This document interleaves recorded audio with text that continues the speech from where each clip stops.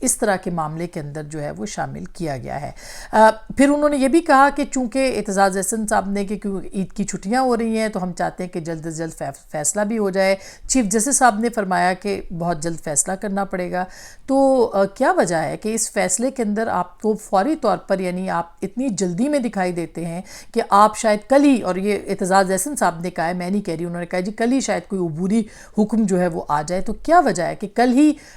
یا اتنی جلدی جو ہے وہ اس کے فیصلے کے لیے اتنے اہم معاملے کی ملٹری کورٹس کے معاملے کے اوپر جو ہے وہ آپ فیصلہ سنانا چاہتے ہیں؟ تو بہت سارے سوالات جو ہیں وہ اس کورٹ کے اوپر پہلے بھی اٹھ چکے ہیں، بہت سارے سوالات جو ہیں وہ چیف جسٹس عطا بندیال صاحب کے کانڈکٹ کے اوپر بھی اٹھ چکے ہیں، ان کا جو ایک طرح سے تحریک انصاف کے حمایت میں یا ان کے اوپر الزامات ہیں کہ وہ تحریک انصاف کے بارے میں جتنے بھی پٹیشنز ہوتے ہیں ان کے اوپر جو ہے وہ فوری طور پر عمل درآمد کرتے ہیں۔ کیا وجہ ہے کہ بلوچستان کے جو لاپتہ افراد ہیں وہ سڑکوں پہ رول رہے، ان کی بیٹیاں، ان کی بچیاں،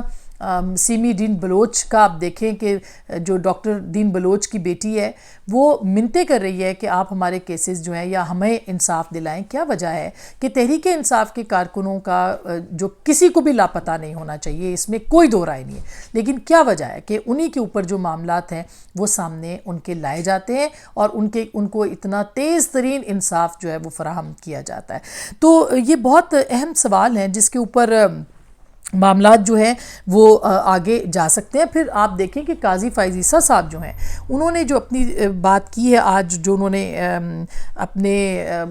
اٹارنی جنرل سے جو بات کی، اس میں انہوں نے بہت اہم باتیں کی۔ انہوں نے کہا ہے کہ جی آپ یہ دیکھیے کہ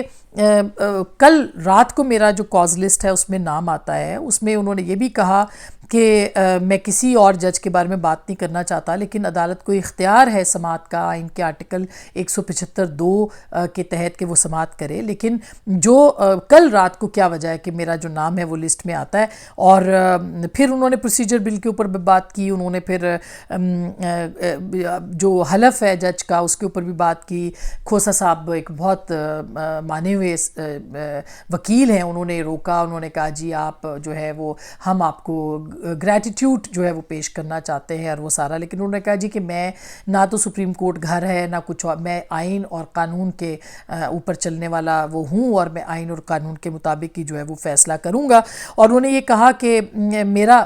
آرٹیکل 184(3) کے جو رولز بنائے جائیں اس پہ بھی تعجب اور دکھ ہوا، صدمہ ہوا کہ 31 مارچ کو عشرت علی صاحب نے جو رولز بنائے گئے اس کے اوپر سرکولر جاری کیا، اور عشرت علی صاحب جو ہیں انہوں نے 31 مارچ کے سرکولر میں کہا کہ سپریم کورٹ کے 15 مارچ کے حکم کو نظر انداز کریں۔ یہ قاضی فائز عیسیٰ صاحب نے کہا، انہوں نے کہا کہ یہ وقت تھی سپریم کورٹ کے فیصلے کی۔ اچھا، یہ ہم نے ابھی آپ کو بتانا ہے کہ کیوں چاہتے ہیں چیف جسٹس صاحب، اچانک ان کو کیسے یاد آ گئے سینئر موسٹ لوگ جن کو کہ آپ نے جو ہے وہ اپنا لانا تھا یا ان کے ساتھ جو ہے وہ بات کرنی تھی یا ان کا سارا وہ کرنا تھا، تو یہ یعنی ان کو شامل کرنا تھا اپنے بینچ کے اندر۔ تو یہ ایک بڑا ہی انٹرسٹنگ جو ہے وہ سوال ہے۔ اس کے اوپر صرف ایک ہی بات ہے کہ چونکہ کریڈیبلٹی چاہیے تھی اور کریڈیبلٹی کے لیے یہ تمام جج صاحبان جو تھے ان کی ضرورت تھی، لہٰذا وہ اس فیصلے کے اندر جو ہے ان کو شامل کیا گیا۔ پھر آپ نے دیکھا کہ کھوسا صاحب نے یہ فرما دیا کہ جی باہر آ کے کہ یہ دیکھنا پڑے گا ہمیں کہ یہ 7 اور 9 کی بحث نہ شروع ہو جائے، تو یہ 7 جج ہیں جو کہ سن رہے ہیں اس معاملے کو۔ پھر منصور علی شاہ صاحب، یحییٰ آفریدی صاحب نے بھی اس کے اوپر کمنٹس کیے اور انہوں نے کہا کہ پہلے کیوں آپ لوگوں کو یاد نہیں آتا، اس طرح کی ساری باتیں انہوں نے جو ہے وہ سوال جو ہے وہ اٹھائے بھی۔ بہرحال یہ ایک بہت اہم کیس ہے۔ اب ہوگا کیا؟ دیکھیے انفارچونیٹلی پاکستان کے اندر یہ ایک المیہ رہا ہے کہ بینچ دیکھ کے اب جو ہے وہ فیصلہ بھی سمجھ میں آ جاتا ہے، اور خاص کر کے سپریم کورٹ کے اندر تو جس طرح سے معاملات چلتے رہے ہیں اس میں بہت پریڈکٹیبل چیزیں ہوتی رہی ہیں۔ تو لگتا ہے ایسے ہے کہ کل اگر ممکنہ طور پر کوئی عبوری فیصلہ آ جاتا ہے اور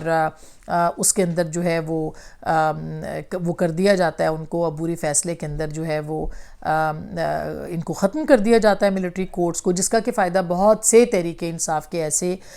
کارکنوں کو ہوگا جنہوں نے کہ جا کے ملٹری انسٹالیشنز کے اوپر حملے کیے، جنہوں نے پاکستان کے بہت اہم مقامات، اور اس کے علاوہ بھی یہ کسی کے ساتھ نہیں ہونا چاہیے۔ یہ معاملہ جو ہے وہ پاکستان کے فوجی تنصیبات ہوں یا نہ ہوں، یہ قانون اور انصاف کو اپنے ہاتھ میں لینے کا جو معاملہ ہے، بھلے وہ لال مسجد کی عورتیں ہوں جو کہ اب سڑکوں پہ دھندناتی پھر رہی ہیں ڈنڈے لے کے، یا وہ یہ لوگ ہوں جو کہ مختلف جگہوں پہ جا کے جو ہے وہ اپنے طاقت کا استعمال جو ہے وہ کرتے رہیں، اور کیوں نہ ان کے اوپر قانون جو ہے وہ لاگو ہو۔ اگر کوئی توڑ پھوڑ کرتا ہے، اگر کوئی گھراؤ جلاؤ کرتا ہے، وہ دہشت گردی کا مرتکب ہے۔ پوری دنیا کے اندر جو ہے اس طرح کے معاملات کو اسی طرح سے نمٹا جاتا ہے، ان کے اوپر جو ہے وہ کارروائی کی جاتی ہے، مگر انفارچونیٹلی ہم ملٹری کورٹس کے حق میں نہیں۔ اس کے باوجود کیا یہ جو تحریک انصاف کے کارکن ہیں، ان کو کیا ریلیف امیجیٹلی نہیں ملتا رہا؟ ان کو ملتا رہا ہے۔ تو اب جسٹس قاضی فائز عیسیٰ جو ہیں وہ آپ کے نئے چیف جسٹس ہوں گے ستمبر میں، لیکن ستمبر سے پہلے بھی بہت کچھ جو ہے، ابھی بہت دن باقی ہیں، ابھی 4 مہینے باقی ہیں اس پورے ٹائم کے اندر۔ تو اس پورے، اگر کل عبوری حکم دے دیا جاتا ہے کہ ملٹری کورٹس جو ہے وہ ختم کر دی جائیں، تو ظاہر ہے کہ ایک نیا بحران جو ہے وہ جنم لے سکتا ہے، ایک نیا محاذ جو ہے وہ اسٹیبلشمنٹ عدلیہ کے بارے میں پہلے ہی کھلا ہوا ہے، لیکن وہ جو ہے وہ چل سکتا ہے۔ اچھا، چلتے چلتے یہ بھی میں آپ کو بتا دوں کہ آج ہمایوں اختر خان صاحب نے اور غلام سرور خان صاحب نے، دونوں نے جو ہے وہ اپنی علیحدگی کا اعلان کیا ہے پاکستان تحریک انصاف سے، اور اسی طرح سے پرویز خٹک صاحب جو ہیں ان کو بھی وہ ایک شو کاز عمر ایوب صاحب جو کہ پوتے ہیں جنرل ایوب کے، اور جو اس وقت جمہوریت کے لیے جنگ لڑ رہے ہیں، انہوں نے ایک پورا ان کو شو کاز نوٹس دیا ہے کہ آپ بتائیں کہ لوگوں سے آپ رابطہ کرتے پھر رہے ہیں تو کس حیثیت میں کرتے پھر رہے، تو سمجھے کہ وہ بھی پارٹی سے تقریباً الگ ہی ہیں، یا ان کی بھی حیثیت جو ہے اس طرح کی نہیں رہی۔ تو اب تحریک انصاف جو ہے اس کا اپنا تو مستقبل اس طرح نظر نہیں آتا۔ ہو سکتا ہے کہ اب کھوسا صاحب اور اعتزاز احسن صاحب کے آگے آنے سے اس پارٹی کی جو حیت ہے، اس کی جو شکل ہے، وہ تھوڑی مختلف نظر آئے۔ پتہ نہیں، بہت سے لوگ کہتے ہیں کہ پیپلز پارٹی کا لاس ہے یا نہیں ہے، مجھے نہیں پتہ۔ اعتزاز صاحب کے جانے کا تو بہت افسوس ہے، ظاہر ہے کہ ان کی ایک ایفیلیشن اتنی لمبی پاکستان پیپلز پارٹی کے ساتھ رہی ہے، اور ان کی ایک بڑی سنسیریٹی رہی ہے، لیکن بہرحال یہ جس طرح سے جس موڑ پہ ہوا ہے، یہ ساری باتیں جو ہیں وہ سوچنے کی ضرور ہیں کہ آخر زندگی کے آخری حصے کے اندر جب نظریات بدل جائیں اور اتنا واضح، یعنی کہ آپ دیکھیں کہ بہت سارے لوگ اس وقت آزادی صحافت کی بات کر رہے ہیں، جمہوریت کی بات کر رہے ہیں، وہ ملٹری کورٹس کے خلاف بات کر رہے ہیں۔ ہم تو ہمیشہ سے یہ بات کرتے رہے، مگر یہ کیا وجہ ہے کہ نہ کبھی اس کورٹ نے لاپتہ افراد کا معاملہ اس طرح سے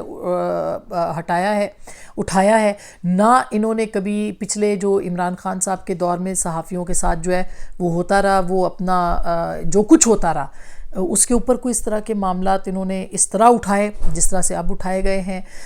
جو ہیرسمنٹ ہوتی رہی، جس طرح سے پابندیاں لگتی رہیں، یہ کورٹس یہ چپ رہی ہے سپریم کورٹ۔ مجھے تو نہیں یاد پڑتا کہ اگر کوئی اس طرح کی چیز جو ہے وہ ہوئی ہو۔ ہاں، البتہ ولاگرز نے بات کی، بہت مشہور ہمارے جو عمران شفقت اور جو ہمارے گوہر بٹ صاحب ہیں، ان سب نے جب بات کی تو ان کو اٹھا لیا گیا، حکومت نے، ایف آئی اے نے اٹھا لیا، اس کے اوپر ایک کیس بنا، اس کا بھی آپ دیکھیں کہ کیا سلسلہ تھا، جس طرح سے بھی وہ صورتحال سامنے آئی۔ تو یہ کوئی یہ اس طرح کی یہ سب جمہوریت، آزادی اظہار، یہ صرف اور صرف جو ہے اب یاد آ رہا ہے سب کو۔ وہ لوگ جو اب بول رہے ہیں پچھلے 4 سال خاموش تھے، وہ لوگ جو کہ ملٹری انٹرونشن پالیٹکس کے اندر پچھلے 4 سال اس کے اندر انوالو رہے، سپورٹ کرتے رہے، اب وہ کہتے ہیں جی سیاست سے ان کا تعلق۔ ہم تو آج بھی کہہ رہے ہیں، پہلے بھی کہتے تھے اور کہتے رہیں گے۔ جو صحافی لاپتہ ہوتے رہے ان کے لیے یہ کہتے رہے کہ یہ جسٹیفائیڈ ہیں، یہ ولاگز کرتے رہے، یہ یوٹیوبز کرتے رہے، چینلز پہ چلتے رہے، ہم اس وقت بھی کہتے تھے غلط ہے، اور آج بھی عمران ریاض اگر لاپتہ ہے، ہم آج بھی کہہ رہے ہیں کہ یہ لاپتہ لوگ نہیں ہونے چاہیے۔ تو اصولوں کی بات نہیں ہے، اصول صرف ان کو تحریک انصاف کے مفادات میں نظر آتے ہیں۔ ان کو عام لوگوں کے اور عام جو افراد ہیں، جو پاکستان کے عوام، آئین، جمہوریت، آزادی اظہار، شخصی آزادی، اس کے ساتھ جو ان کے جڑے ہوئے معاملات ہیں، ان کے ساتھ جو ان عوام کے جو مفادات ہیں، آئین کے جو مفادات ہیں، ان سے ان کا کوئی تعلق نہیں ہے۔ تو ہم ایک اور ولاگ بھی انشاءاللہ آپ کے لیے لے کے آئیں گے، جو لال مسجد میں ایک دفعہ پھر سے یہ ایک ایجنڈا اٹھایا گیا ہے۔ ایجنڈے کے بغیر لال مسجد ایکٹیو نہیں ہوتا، اس کے اوپر ہم بات کریں گے۔ اپنا بہت خیال رکھیے گا. اب تک کے لیے اتنا ہی. اللہ نگہبان.